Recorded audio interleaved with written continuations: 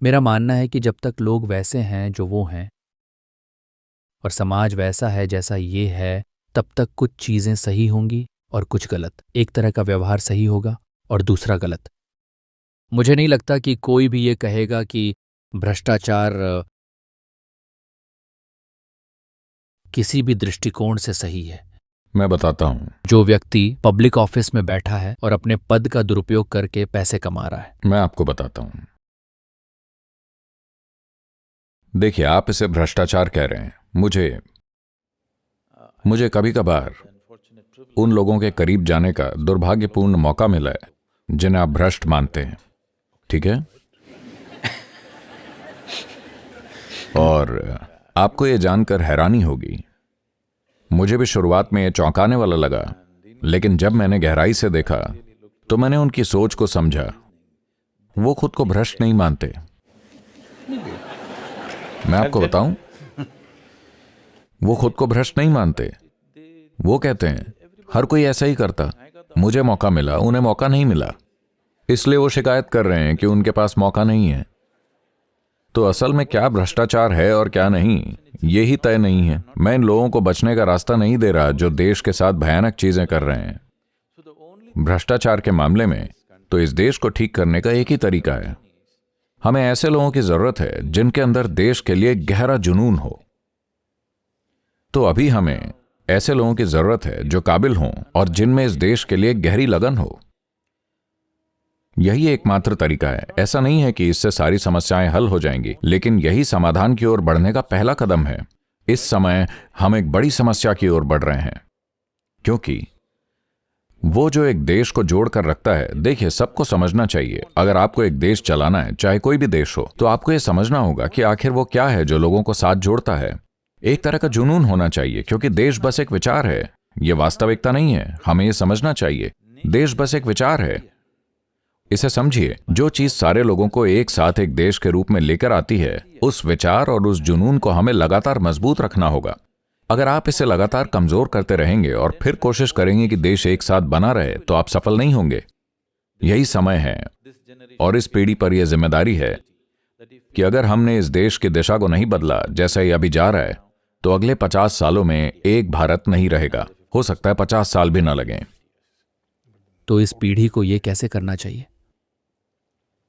देखिए, ये बस कोई एक पहलू नहीं है, इसके कई पहलू हैं।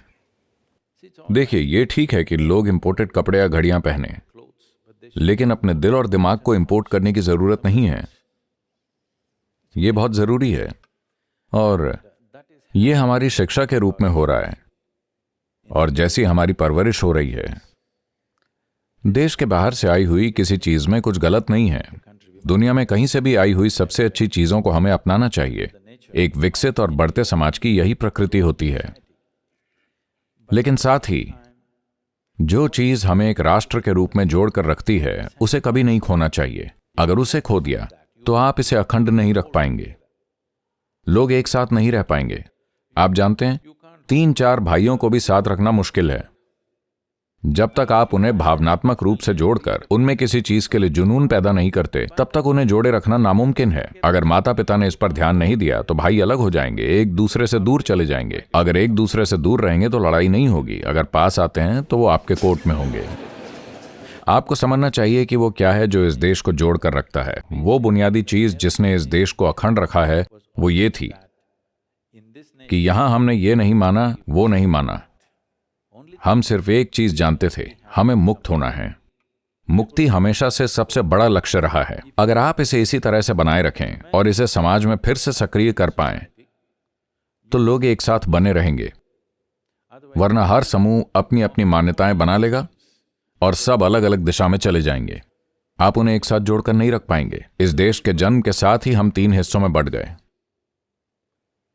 और हर 100 साल में ऐसा फिर हो सकता है, या शायद और पहले, अगर हम कुछ बुनियादी बातों का ध्यान नहीं रखते।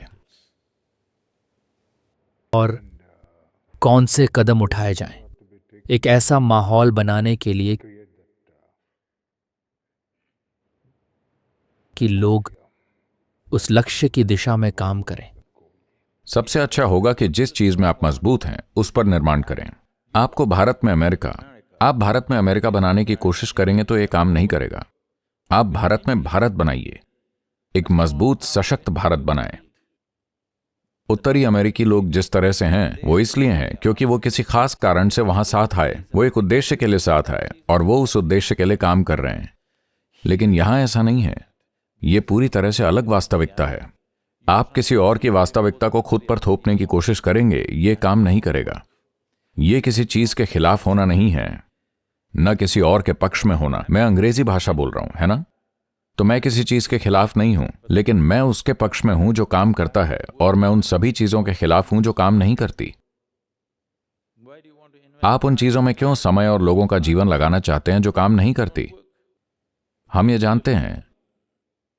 मेरे पास गांव में काम करने का अनुभव है, मैं गांव में रहा हूं। मैं बहुत अच्छी तरह जानता हूं कि कम से कम 50 से 55% लोगों की जिंदगी मवेशियों जैसी है, इंसानों जैसी नहीं है। उनके जीवन की गुणवत्ता ऐसी है, वो किसी तरह गुजारा कर रहे हैं, तो हम सोचते हैं कि वो ठीक है। तो वो जैसे तैसे अपना गुजारा कर रहे हैं, ये जीवन नहीं है।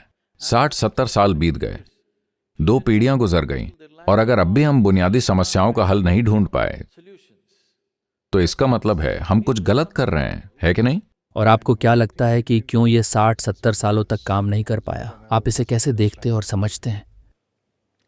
इसका मूल कारण यह है कि हम कोशिश कर रहे हैं लोगों को भारतीय से अंग्रेज बनाने की।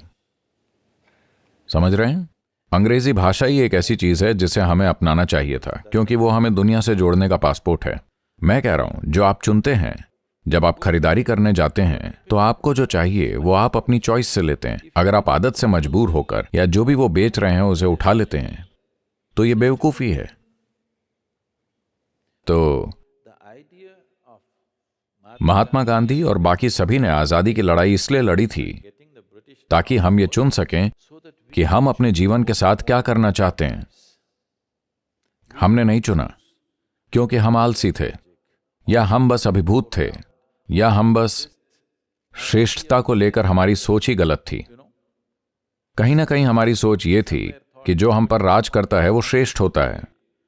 हमने उनकी पूरी व्यवस्था को जैसा का तैसा लागू कर दिया, जिसमें न्यायपालिका भी शामिल है, सब कुछ जैसा का तैसा। देखिए, मैं पारंपरिक मूल्यों की बात नहीं कर रहा। मैं ये भी नहीं कह रहा कि भारत को सबसे दूरी बनाकर अपना अलग काम करना चाहिए, नहीं। जैसा कि मैंने पहले कहा, जब आप खरीदारी करने जाएं तो आपको वही लेना चाहिए जो आपको चाहिए।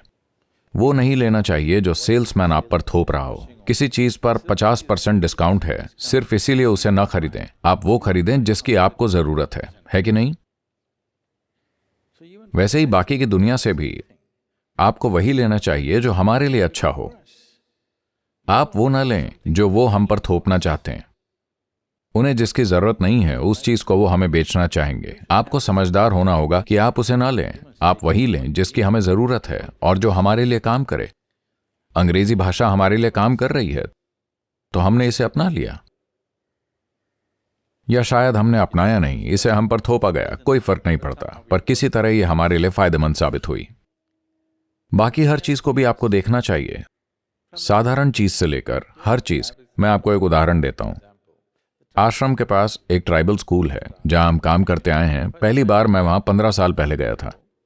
हमने सोचा कि इस स्कूल में किसी न किसी तरीके से भाग लेना चाहिए, और मैं देखना चाहता था कि बच्चे कैसे हैं। मैं वहां गया और वहां बस 11-12 बच्चे थे,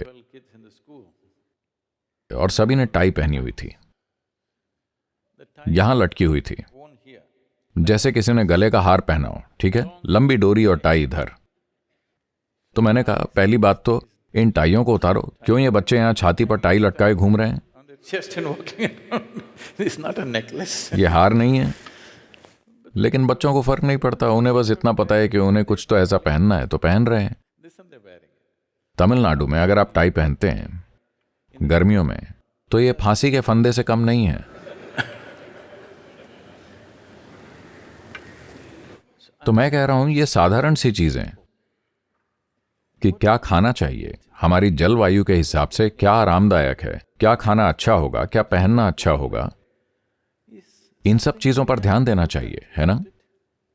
आपको किसी और की नकल करने की जरूरत नहीं है, सिर्फ इसलिए कि उन्होंने आप पर राज किया। उन्होंने आप पर इसलिए राज नहीं किया कि वो आपसे बेहतर थे, उनके पास बारूद था और आपके पास नहीं, बस इसलिए।